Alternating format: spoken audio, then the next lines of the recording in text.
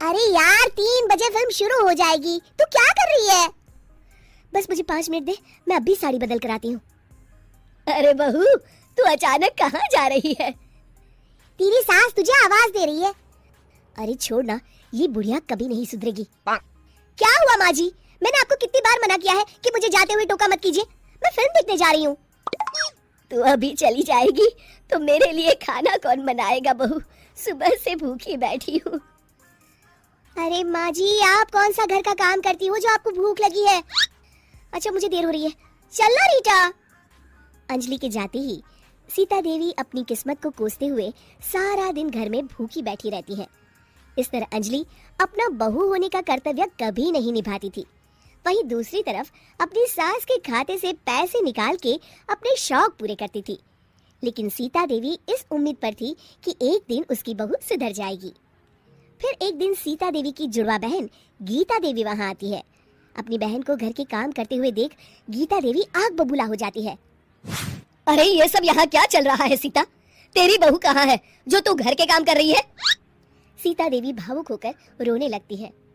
अब तुझसे क्या छुपाऊं? मेरी बहू रत्ती भर भी मेरी इज्जत नहीं करती। मजबूरी में मुझे घर के सारे काम करने पड़ते हैं। वो तो बस सारा दिन अपनी सहेली के साथ सैर सपाटा करने में लगी रहती है। अच्छा, तो उस चिड़िया के पर निकल आए हैं। तू चिंता मत कर, मैं ऐसी कई बिगड़ैल बहुओं को ठीक कर चुकी हूँ। अब मैं इस चुड़ैल से निपटूंगी। तू कुछ दिनों के लिए मेरे घर चली जा, मेरी बहू तेरी अच्छी देखभाल करेगी। फिर दोनों बहनें आपस में साड़ियाँ बदल लेती हैं और सीता देवी अपनी बहन के घर चली जाती हैं। देर रात अंजलि जब घर आती है तो अपने कमरे का नजारा देख उसकी आंखें फटी की फटी रह जाती है। हे राम, मेरे कमरे का एसी कहाँ चला गया? और मेरा 56 इंच का एलईडी टीवी कौन ले गया? अंजलि तहस के साथ अपनी सास के कमरे में जाती है। तभी वो देखती है कि उसके कमरे का एसी और टीवी उसकी सास के कमरे में लगा है और गीता देवी आराम से एसी की हवा खाते हुए सास बहू सीरियल का मजा ले रही है। अच्छा, तो ये सब इस बुढ़िया की कारस्तानी है। अभी इसे बताती हूँ। ये सब क्या है माँ जी? आपकी हिम्मत कैसे हुई मेरे सामान को हाथ लगाने की? क्यों बहू, ये सारा सामान तूने तेरे पिताजी के पैसों से खरीदा है क्या? है? लगता है तू भूल गई कि ये सारा सामान मेरे पैसों से आया है, इसलिए मैं अपनी सारी चीजें अपने कमरे में उठा लाई। तुझे कोई एतराज है? चल जा यहाँ से, सीरियल का मजा किरकिरा मत कर। गीता की बातों का कोई जवाब नहीं बनता देख अंजलि अपने दांत पीस कर रह जाती है। अगले दिन रीटा और अंजलि शॉपिंग पे जाने की तैयारी करती हैं। अंजलि जैसे ही अपनी स्कूटी पर बैठती है तभी गीता देवी स्कूटी की चाबी निकाल लेती है। अरे ये स्कूटी कहाँ लिए जा रही है? ये भी मेरी कमाई की है। माँ जी, ये तो आप हाथ कर रही हैं। मैं बाहर पैदल जाऊंगी क्या? हाँ पैदल जा, वैसे भी तुझे घूमने का शौक है, मुझे नहीं। देखिए माँ जी, इस तरह मेरी सहेली के सामने मेरी बेइज्जती करके आप ठीक नहीं कर रही हैं। आप मुझे अच्छी तरह जानती हैं, बाद में आपको पछताना पड़ेगा। अच्छा, तो तू नहीं सुधरने वाली, मेरे ही घर में मुझे ही धमकी दे रही है। तेरी याददाश्त के लिए बता दूं कि ये मकान मेरे नाम पर है। अब तू देख, मैं आज ही अपने बिल्लू वकील को बुलाकर ये सारी जायदाद अनाथालय को दान कर देती हूँ, फिर तुझे एक ढेला भी नहीं मिलेगा। गीता की बातें सुनकर अंजलि के पैरों तले जमीन खिसक जाती है। अरे अगर तेरी सास ने तुझे अपनी जायदाद से बेदखल कर दिया तब तो तू सड़क पर आ जाएगी। मैं तो कहती हूँ चुपचाप अपनी सास से माफी मांग ले अंजलि। हाँ, तू बिल्कुल सही कहती है, मेरी सास का कोई भरोसा नहीं है। अरे नहीं नहीं माँ जी, ऐसा गजब मत करिए। आज के बाद मैं आपको कोई तकलीफ नहीं दूंगी और घर के सारे काम ना मैं ही कर लूंगी। मैं आपको एक अच्छी बहू बनकर दिखाऊंगी। कुछ दिनों के बाद, ये लीजिए माँ जी, आराम से गाजर का हलवा खाइए। खुशबू तो बहुत अच्छी है। हाँ माँ जी, वैसे मैंने सब काम कर लिया है, तो मैं आपके पैर दबा दूं? आप आराम से हलवा खाइए। इस तरह गीता देवी अंजलि को सही रास्ते पर ले आती है और सीता देवी वापस अपने घर में आकर रहने लगती की सास के शहरी अंदाज। निधि को विकास से प्यार तो था, पर वो शादी करके उसके साथ गांव में नहीं बसना चाहती थी। मुझे गांव अच्छा लगता है, पर दिक्कत यही है कि मैं वहाँ रह नहीं पाऊंगी। मुझे वहाँ के माहौल के बारे में कुछ भी नहीं पता है। अरे माहौल में ढल जाओगी तुम, थोड़ा टाइम तो लो। और विकास गांव में ही रह के ऑर्गेनिक खेती करता है, इतना अलग काम है। और यहाँ शहर में क्या है, कितना प्रदूषण और भीड़ है यहाँ। पर विकास यहाँ आके भी तो खेती कर सकते हैं ना। अरे शहर में एक प्लॉट लेने में जिंदगी भर की कमाई चली जाती है, खेत कैसे लोगे? सोच ले निधि, विकास गांव का है, वहीं उसका काम भी है। तेरे पास कोई नौकरी भी नहीं है, ना ही तुझे कभी काम करना था। उफ़ो, मुझे कुछ समझ में नहीं आ रहा, मुझे अकेला छोड़ दो। उसी दिन निधि विकास से मिलती है। यार, मेरे सारे दोस्त यही हैं। अरे दोस्त तो गांव में भी बन सकते हैं ना निधि। गांव के लोगों से कैसे दोस्ती कर पाऊंगी? मैं भी तो गांव का हूँ, मुझसे प्यार हो सकता है तो वहाँ के लोगों से दोस्ती भी हो ही सकती है ना। अरे यार, कंफ्यूजन है बहुत। सोच लो निधि, शादी के मंडप पे छोड़ के मत जाना, वरना दोनों के परिवार की नाक कट जाएगी। अभी बोल दो, पत्रिका नहीं छपाते हैं। निधि के पास तो कोई चारा नहीं बचा। वो विकास से इतना प्यार करती है कि उसे छोड़ भी नहीं सकती। वो विकास के लिए गांव में शादी करके बसने को तैयार हो जाती है। जल्द ही दोनों की शादी हो जाती है।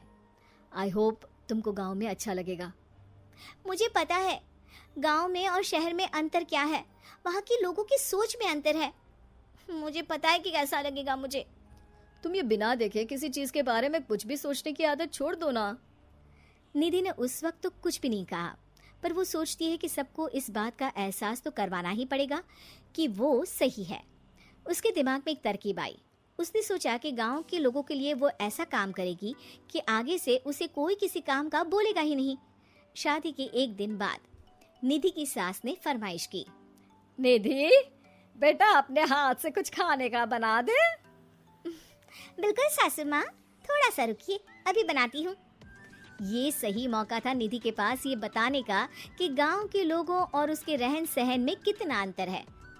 रोटी सब्जी दलिया भाजी खाने वालों के लिए पिज्जा बना देती हूँ, तब इनको समझ में आएगा। न खा पाएंगी, न कभी कुछ बनाने की बात कहेंगे। थोड़ी देर में निधि सास के लिए पिज्जा बनाकर ले आती है। ये लीजिए माँ जी, आपके लिए मैंने ये बनाया है। इसे हम शहर में पिज्जा कहते हैं, है ना बेटा? है? आपको कैसे पता कि इसे पिज्जा कहते हैं? अरे पिज्जा को पिज्जा नहीं बोलेंगे तो क्या फ्रेंच फ्राइज कहेंगे? गांव की सास से ये सारी बातें सुन के बहू चौंक जाती है, लेकिन सास एक और ऐसी बात कहती है कि बहू जिसकी उम्मीद ही नहीं कर रही होती है। बहू, इस पिज्जा के ऊपर ओरेगानो मिला दे और थोड़ा चिली फ्लेक्स, मजा आ जाएगा। माँ जी, गांव में रह के भी आपको ये सब कैसे पता है? अरे यूट्यूब, टीवी सब खबर रखते हैं हम भी। इंटरनेट है जहाँ, जानकारी है वहाँ। अरे वाह माँ जी। अरे अभी वहाँ मत बोल, अब जब मैं पिज्जा का फोटो लेके फेसबुक पर डालूंगी ना, तो वहाँ कमेंट में जाकर वहाँ बोलना, ठीक है? ठीक है माँ जी। अरे ठीक है माँ जी की जगह ओके मम्मी या ओके मम्मा बोल दिया करना। है? ठीक है, मतलब ओके मम्मा। निधि का तो सर ही घूम जाता है। इतना शहरी बर्ताव तो शहर में रहने वाली निधि की माँ का भी नहीं था। वो शाम को अपने पति से पूछती है, विकास, तुम्हारी मम्मी तो काफी कूल है यार। पिज्जा में क्या डालते हैं, फेसबुक पर क्या डालते हैं, सब कुछ पता है उन्हें तो। हमारे बड़े पापा के लड़के रहते हैं शहर में, बस उनके बच्चे आए थे गांव में गर्मी की छुट्टियां मनाने। उन्होंने माँ को एकदम शहरी बना दिया। उनका फेसबुक अकाउंट भी है, इंस्टाग्राम भी है और टिकटॉक बैंड हो गया, वरना वो भी बनाती थी। तभी सास वहाँ आ जाती है। अरे निधि, मैं तुझे टैग नहीं कर पा रही हूँ, जरा मेरी फ्रेंड रिक्वेस्ट एक्सेप्ट तो कर दे। निधि के गांव को लेकर जो राय थी वो अपनी सासू माँ को देख के बिल्कुल बदल जाती है। और अब निधि भी सोशल मीडिया पे अपनी सास के साथ लाइव आती है और कमेंट बाजी भी करती है, ताकि सबको पता चले कि गांव में रह के भी उसका जीवन शहर जैसा ही है और उसके आसपास के लोगों के अंदाज भी एकदम शहरी है। संदीप ने अपनी माँ के कहने पर गांव में शादी कर ली थी। लड़की का नाम था सुनीता। माँ का कहना था एकदम मॉडर्न बहू नहीं होनी चाहिए, लेकिन उन्हें नहीं पता था कि गांव से आने वाली बहू सुंदर सुशील तो होगी और उसको गांव से बाहर भी निकाल लाएंगे, लेकिन उसके अंदर का गांव कैसे बाहर निकलेगा। शादी के कुछ दिन बाद, माँ टिफिन तो देना जरा। बेटा अब तो स्कूल नहीं ऑफिस जाता है, माँ से नहीं अपनी बीवी से टिफिन मांगा कर। ओके माँ। सुनीता टिफिन ले आओ। 1 किलो टिफिन, इसके अंदर पिस्ता डाल दिया है। पिस्ता? पिस्ता क्यों? सास जी ने बोला था ना कि आपको पिस्ता बहुत पसंद है। ओहो, मैंने पिस्ता नहीं पास्ता बोला था, पास्ता। पास्ता? कहीं होता है पास्ता? अरे बेटी तू रहने दे, मैं बना दूंगी। अच्छा किया कि पाव भाजी बनाने का नहीं बोला, वरना किसी के पाव बना देती है। सुनीता को बुरा लगता है, लेकिन उसकी नादान हरकतें कम नहीं होती। ऐसे ही एक दिन, अरे तुमने ये क्या लगाया है? अरे आप वो फूस फूस करके लगाते हैं ना, वही। दियो? का दियो? किसको दियो? अरे वही ना जिससे खुशबू आती है। हाँ हाँ सही पकड़े हैं। अच्छा लेकर तो आना। कौन सा डियो लगाया तुमने? अभी लेकर आते हैं जी। संदीप की बात मानकर सुनीता अंदर से खुशबू वाला फुसफुस लेकर आती है। OMG! OMG मतलब ओ माय गणेश ना। अरे OMG छोड़ो, और ये खुशबू वाला फुसफुस की बात कर रही थी तुम? हाँ इसी की, फिर से सही पकड़े हैं। अरे देवी, लेकिन आप सही नहीं पकड़े हैं, ये डियो नहीं है। डियो नहीं है तो क्या लियो है? अरे ये रूम फ्रेशनर है, जिसको कमरे में छिड़कते हैं, खुद पर नहीं। कोई बात नहीं, माँ कहती थी आत्मा किराएदार है, शरीर एक किराए का कर्म। हम शरीर पे ये डाल लिए तो क्या फर्क पड़ जाएगा। अरे बहू, ओ बहू, मेरे लिए फल तो ले आ, फिर मैं बाजार जाऊंगी। सुनीता अपनी सास के लिए फल लेकर आती है। अरे बेटा, पपीता, तरबूज और सेब फल ऐसे कैसे खा लूं, काट कर तो ले आ। माँ जी, मेरे गांव में तो खेत से उठा के सीधा खा लेते हैं। अरे ये तेरा गांव नहीं है ना। अरे संदीप, तू ही कुछ समझा देना इसको बेटा। मैं कैसे समझाऊं माँ, ये तो माइक्रोवेव को भी भट्टी बोलती है। कल मैंने बोला हाय कैसी हो, तो बोलती है किसी को हाय नहीं लगानी चाहिए। अरे सुनीता, तेरा क्या होगा? अभी तो कैसे बताऊं माँ जी, अभी हम कुछ करेंगे फिर पता चलेगा क्या होगा, लड़का या लड़की। हे भगवान, कहाँ से आ गई है? रामपुर से जी, आप ही तो लेकर आए थे मुझे। अरे मुझे माफ कर दो। पहले कोई गलती तो करिए जी, आपकी तो सारी गलती माफ कर देंगे हम। हाँ अरे बहू, मेरी बात सुन, फल यानी कि फ्रूट जब भी लाए ना तो काट कर लाना, ठीक है? जी ठीक है माँ जी, फल यानी फ्रूट यानी काट के लाऊंगी। सुनीता रोज ही कोई ऐसी हरकत कर देती जिसकी वजह से उसे घर में 2 बातें सुननी पड़ती। एक दिन, माँ मेरे बॉस घर पर आने वाले हैं शाम को, उनका बर्थडे है, फैमिली साथ नहीं रहती उनके, तो यही पार्टी कर लेंगे। उनको अच्छा लगा तो शायद मेरा प्रमोशन भी हो जाएगा।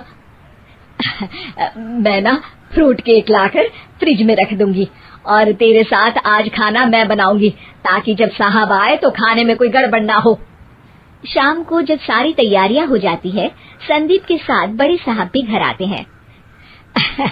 आप फ्रूट केक तो ले आना बहू, फिर खाना खाएंगे। और इस सब की क्या जरूरत थी, आपने बुलाया वही काफी है। सर, आपका परिवार शहर में नहीं है तो हम ही आपके परिवार जैसे हैं सर। इतने में ही सुनीता फ्रूट केक लेकर आती है और बड़े साहब की टेबल पर रख देती है और जैसे ही केक के ऊपर का बॉक्स हटाती है, ओह, ये क्या है? केक तो कटा हुआ है। मैं तो ऐसा नहीं लाई थी। आप मुझे शाबाशी दे सकती है माँ जी, मैंने ही केक काट दिया। आपने कहा था ना, फल यानी फ्रूट यानी हमेशा काट के लाना। तो फ्रूट केक भी तो फ्रूट ही है ना, तो मैंने पहले ही काट लिया। होना मैं समझदार। अरे बहू, ये क्या किया? केक हमेशा वही काटता है जिसका जन्मदिन होता है। तुझे एक बात भी समझ नहीं आती, एक नंबर की बेवकूफ है। पूरा माहौल बिगड़ चुका था। संदीप को लगने लगा था कि साहब उसे प्रमोशन तो दूर की बात है, कहीं डिमोशन ना दे दे। लेकिन साहब बीच में ही बोल पड़ते हैं, अरे अरे कोई बात नहीं, ये इनकी बेवकूफी नहीं है, इनका भोलापन है। बेटा आप कहाँ से हो? रामपुर गांव से। अरे वाह, गांव से? फिर तो आपके गांव में ताजे फल और सब्जियां मिलते होंगे। हाँ, सही पकड़े हैं। हम तो काटते भी नहीं, सीधा खा लेते हैं। मैं ना एक बार तुम्हारे गांव घूमने जरूर चलूंगा। क्यों संदीप, ले चलोगे ना? मुझे गांव घूमना बहुत पसंद है। बस फिर क्या था, संदीप और सास दोनों खुश हो गए, क्योंकि साहब को सुनीता ने गांव की बात करके खुश कर दिया था। अब संदीप का प्रमोशन पक्का था। शिक्षा, कभी भी किसी भी गलती पर घबराना नहीं चाहिए। हो सकता है कि उस गलती की वजह से आगे बड़ा फायदा हो जाए।